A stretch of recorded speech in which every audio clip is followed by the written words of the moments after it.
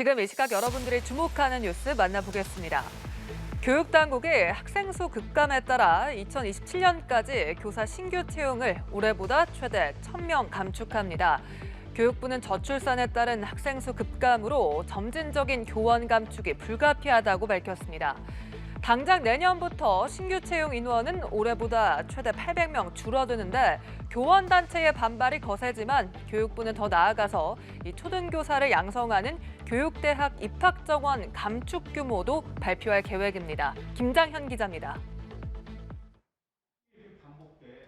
2027년까지 신규 채용 교사 인원이 올해보다 최대 30% 가까이 축소됩니다. 교육당국이 발표한 4년 뒤 교사 선발 인원은 초등교원 2,600명에서 2,900명, 중등교원은 3,500명에서 4,000명으로 올해보다 최대 1,000명 이상 적습니다. 교육부는 저출산에 따른 학생 수 급감으로 점진적인 교원 감축이 불가피하다고 밝혔습니다. 내년부터 신규 채용 규모가 올해보다 최대 18% 줄어 초등은 2,900명에서 3,200명, 중등은 4,000명에서 4,500명이 됩니다. 교육당국은 기존 2020년 교원 수급 계획의 신규 채용 인원보다 2024년 기준 채용 인원이 소폭 늘었고 2027년까지 교사 1인당 학생 수도 OECD 평균보다 줄어 교육 여건이 개선될 것이라고 설명했습니다. 당국은 학교폭력 피해 학생 심리치료 지원 전문 상담교사와 유보통합, 장애 학생 교육을 위한 유치원과 특수, 비교과 교원을 늘리고 농촌 등 인구 소멸 지역과 대도시 과밀 학급에 적정수의 교사를 배치하기로 했습니다. 그러나 교원단체는 맞춤형 교육과 과밀 학급 해소에 도움이 안 될 것이라고 반발했습니다. 기계적 경제 논리에 입각해서 계속 교원을 감축하는 그런 방안만 추진할 게 아니라 학생들에게 어떤 미래 교육 환경을 제공할지를 먼저 고민하고 충분한 교원 확충이 추진돼야 된다고. 교육부는 더 나아가 초등교사를 양성하는 교육대학 정원도 줄일 방침으로 다음 달 입학 정원 감축 규모를 발표할 계획입니다. 연합뉴스TV 김장현입니다. 교복값이 비싸다고 생각하시는 학부모들 많으셨을 텐데요. 그런데 이유가 있었습니다. 검찰이 담합을 통해 교복 가격을 올린 광주 지역 교복업체 대표 31명을 적발해 재판에 넘겼습니다. 이들은 최근 3년간 광주 지역 중고등학교에서 발주한 160억 원 규모의 교복 구매 입찰 금액을 담합해서 32억 원에 달하는 부당 이득을 얻은 것으로 드러났습니다. 광주시 교육청은 전국 시도교육청과 협의해 개선 방안을 마련할 방침입니다. 김경인 기자입니다. 검찰 수사관들이 교복업체를 압수수색합니다. 교복 구매 관련 입찰 서류를 집중적으로 살펴봅니다. 광주 지역 교복 납품 판매업체 45곳의 업주 31명이 검찰에 적발돼 재판에 넘겨졌습니다. 이들은 최근 3년간 광주 지역 중고등학교 147곳에서 발주한 160억 원 규모의 교복 구매 입찰에서 입찰 금액을 사전에 담합한 혐의를 받고 있습니다. 담합한 횟수는 289차례에 이르며 부당이득은 모두 32억 원에 달합니다. 이들은 사전에 낙찰받을 업체와 이른바 들러리 업체를 정해 입찰에 참여했습니다. 낙찰 예정 업체와 들러리 업체가 투찰 가격을 공유하는 방식으로 투찰하여 평균 96% 이상의 투찰률로 낙찰받았습니다. 담합에 참여하지 않는 업체는 단체로 보복하고 수사가 시작되자 회유하기도 했습니다. 도와주십시오. 사장님. 앞으로 제가 또 사장님한테 도움이 될 일이 또 있지 않겠습니까? 학부모들의 부담을 줄이고자 2014년부터 시행된 학교 주간 교복 공동구매 제도를 악용한 겁니다. 검찰은 담합 행위로 교복 가격이 1인당 평균 6만 원가량 더 비싸진 걸로 분석했습니다. 검찰은 광주뿐만 아니라 다른 대부분의 지역에서도 교복 구매 입찰 담합 행위가 이루어지고 있는 것으로 보고 있습니다. 광주시교육청은 전국 17개 시도교육청과 협의해 개선 방안을 마련할 방침입니다. 연합뉴스TV 김경인입니다. 전국에서 전세 사기가 잇따라 발생해 세입자들의 불안감이 고조되고 있습니다. 세입자를 속여서 문제가 있는 집에 전세 계약을 맺어 피해를 입힌 공인중개사들이 적발돼 공분을 사고 있습니다. 이런 가운데 서울 25개 자치구는 전세 사기 피해를 차단하기 위한 여러 대책 마련에 착수를 했고 서울시는 공익제보에 최대 2억 원의 포상금을 지급하겠다며 적극적인 신고를 요청했습니다. 김종선 기자의 보도입니다.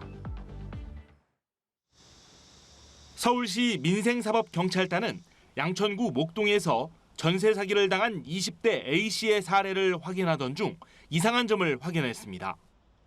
부동산 중개 자격이 없는 B씨가 A씨에게 이사비 300만 원을 제시하며 시세보다 비싼 값에 전세 계약을 맺었는데 얼마 지나지 않아 집주인이 바뀐 뒤 새 임대인의 세금 체납으로 빌라가 압류되고 A씨가 전세 보증금을 돌려받지 못한 겁니다. 수사팀은 전세 계약 중개를 할 수 없는 B씨가 다른 공인중개사에게 수수료를 주며 대필 전세 계약서를 쓰고 중개 성공 대가로 1,800만 원을 챙긴 사실을 확인했습니다.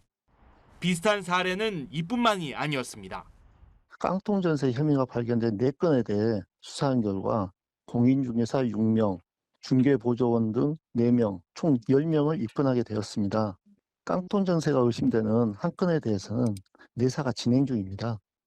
서울시는 악성 임대인의 주택을 2회 이상 중개한 공인중개사를 중심으로 위법 행위가 없는지 살펴보고 있습니다. 전세 사기 피해 차단을 위해 서울 25개 자치구도 여러 대책 마련에 착수했습니다. 임차 보증금이 1,000만 원을 초과하는 경우 임차인은 임대인의 동의 없이도 전국 미납치방사를 연락할 수 있습니다. 구청뿐만 아니라 동주민센터에서도 연락과 민원 처리를 할 수 있도록. 서울시는 공익제보에 최대 2억 원의 포상금을 지급하겠다며 적극적인 신고를 요청했습니다. 연합뉴스TV 김종성입니다. 장바구니 물가가 심상치 않습니다. 한동안 밀가루, 계란값이 다른 가공식품 가격을 밀어 올리더니 이젠 설탕도 복병입니다. 이상기후 등의 영향으로 국제 설탕 가격이 치솟고 있는데 장기화하면 또다시 가공식품 가격 인상 도미노가 벌어질 수 있습니다. 정부는 최근 식품업계 등의 가격 인상 자제를 요청했지만 설탕값 상승은 물가와 전쟁에 또 걸림돌이 될 전망입니다. 서영석 기자입니다. 지난달 소비자 물가 상승률은 4% 초반을 기록하며 1년 만에 가장 낮은 상승률을 보였습니다. 하지만 장바구니 체감 물가는 그렇지 않습니다. 과자들도 한 3-4개 정도 이렇게 사다 보면은 그냥 10,000원 정도도 그냥 확 그냥 올라가 버리고 물가가 너무 전체적으로 많이 올라서 카트에 뭐 하나씩 넣기가 너무 겁나요. 실제 빵과 과자 등은 두 자릿수 상승률을 보이며 가공식품 물가 상승세는 여전했습니다. 여기에 최근엔 국제 설탕 가격이 고공행진하며 먹거리 물가 불안을 부채질하고 있습니다. 연초 국제 선물 시장에서 톤당 515달러 선이던 백설탕 값이 이달 들어 700달러를 넘어 12년 만에 최고치를 찍더니 여전히 600달러 후반대에 머무르고 있습니다.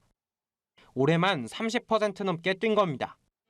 세계적 고온 현상과 폭우 등으로 생산량이 급감한 탓인데 과자, 빙과류, 빵, 음료수 등의 가공식품 가격도 줄줄이 올라가는 슈거플레이션 우려가 커지고 있습니다.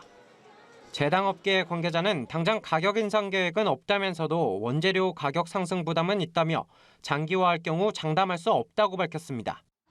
일부 전문가는 최근 불고 있는 0칼로리 무설탕 열풍을 예로 들며 다른 목소리를 냈습니다. 소비자들이 다이어트나 성인병 때문에 설탕을 줄이기 위해서 노력을 하는데 국제 설탕 가격이 올랐다는 이유로 상품 가격을 올린다고 할 것 같으면 역풍을 초래할 것으로 생각합니다. 정부는 최근 식품업계 등의 가격 인상 자제를 요청했지만 설탕값 상승은 물가와 전쟁에 또 걸림돌이 될 전망입니다. 연합뉴스TV 서영석입니다. 누리호 3차 발사가 이제 한 달 앞으로 다가왔습니다. 앞서 1차, 2차 발사와는 다르게 이번 3차 발사는 실제 위성이 8개나 탑재되면서 사실상 첫 실전 무대가 될 전망입니다. 발사체는 물론 위성 테스트까지 점검이 이루어지고 있는데요. 정부는 이번 주 발사 준비와 발사 과정에서의 비상 상황에 대비해 11개 기관이 참여한 종합훈련에 나설 계획입니다. 배삼진 기자입니다. 5, 4, 3, 2, 엔진 점화. 26.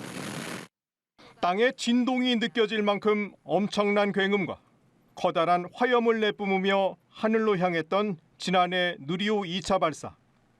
또 한 번의 감동이 앞으로 한 달 뒤 재연됩니다. 앞서 1, 2차는 사실상 시험 발사에 불과했던 게 사실. 1차에서는 발사체의 성능 등을 시험하기 위해 모형 위성이 실렸고 2차에서는 일부 실제 위성과 함께 모형도 탑재됐습니다. 하지만 이번에는 진짜 실용위성 8기를 싣고 우주로 떠나게 됩니다. 영상 레이더 기술 검증을 위한 주 탑재 위성 1기와 한국천문연구원의 도요셋 4기, 민간기업 위성 3기입니다. 현재 누리호는 1, 2단의 단간 조립을 마치고 각종 성능 시험을 진행 중입니다. 3단부에 탑재할 8기의 위성은 최종 환경 시험 등을 수행하고 있습니다. 한치의 오류도 허용할 수 없는 만큼 매 시간이 긴장의 연속입니다. 이번 발사가 어떻게 보면 발사체를 시험하는 발사가 아니라 위성을 처음으로 이제 또 탑재를 해서 궤도에 잘 진입을 시켜야 되는 중요한 임무가 있다 보니까 조금 긴장감이 있는 것도 또 사실입니다. 누리호 3차 발사 예정 시각은 다음 달 24일 오후 6시 24분 기준 30분 전후입니다. 기상악화 등 돌발 변수를 고려한 발사 예정일은 25일부터 31일로 잡았습니다. 정부는 이번 주 발사 준비와 발사 과정에서의 비상 상황에 대비해 11개 기관이 참여한 종합 훈련에 나설 계획입니다.